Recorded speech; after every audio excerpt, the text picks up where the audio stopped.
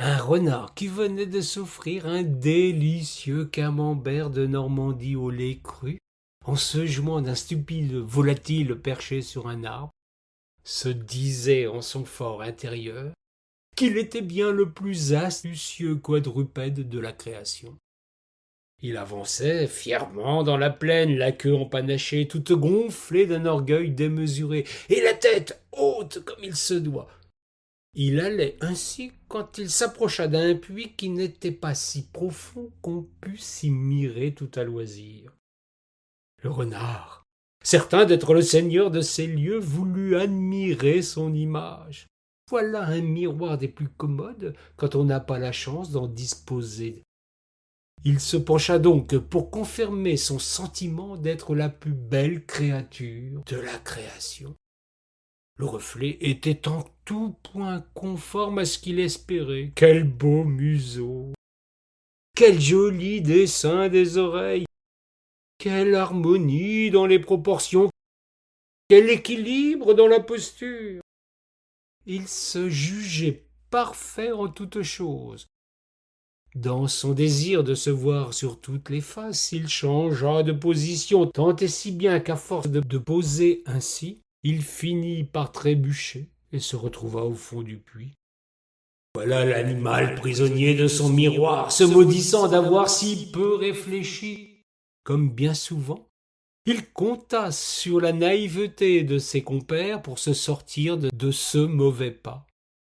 Il trouverait bien fadaise à raconter pour tromper un imbécile ou un trop généreux. Il n'en doutait pas un seul instant.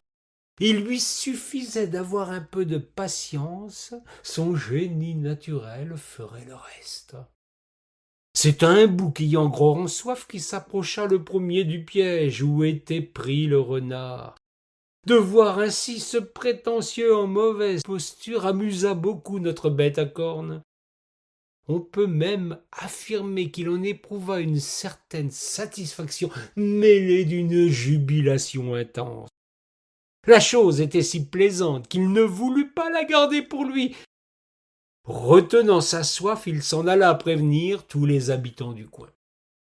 Le corbeau, qui n'avait pas digéré son fromage, arriva à tire-d'aile au-dessus du puits et lâcha une fientre magistrale sur le renard. Si la chose n'est guère honorable, elle soulagea grandement le charognard qui avait toujours en travers du bec l'aventure dont il avait été le dindon.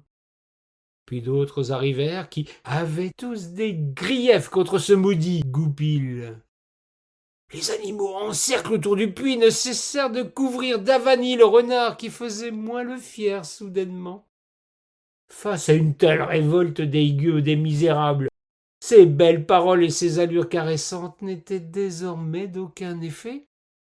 Il subissait l'humiliation sans pouvoir se venger. Il était mouillé, penaud, faraud, offensé, blessé et surtout humilié comme jamais. La troupe des moqueurs n'avait d'autre but que de lui donner une bonne leçon, afin qu'il cessât à l'avenir de faire le malin.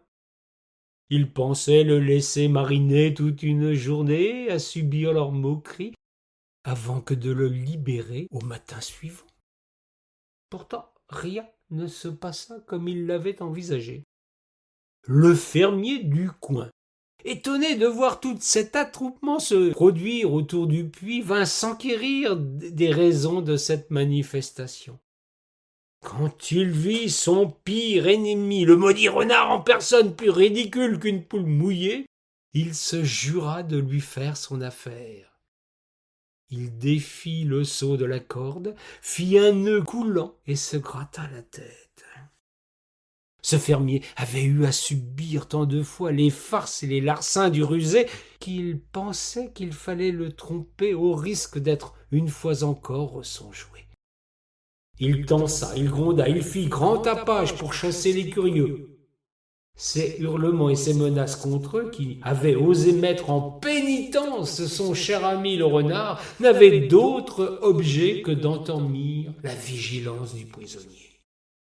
L'autre, au fond de son cachot, crut qu'il avait trouvé un allié dans la place. Quand le puits fut dégagé et qu'il n'y eut plus que le fermier près de la margelle, le renard, qui lui accordait une confiance aveugle, obéit à sa requête de glisser son museau dans la corde qu'il lui tendait. C'est ainsi que le malfaisant finit pendu pour le prix de tous ses péchés. Ce jour-là, on fit grande fête dans la ferme. Tous les quadrupèdes et tous les volatiles d'alentour furent conviés.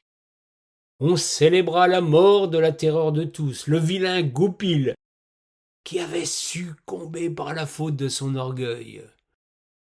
Quand on a la tête qui enfle, il faut se garder de la glisser dans une corde ou cesser de s'admirer à longueur de temps. Il pourrait bien vous en coûter.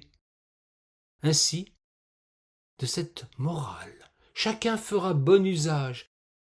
La modestie est, en toutes choses, la plus sage manière de considérer le monde et ceux qui vous entourent.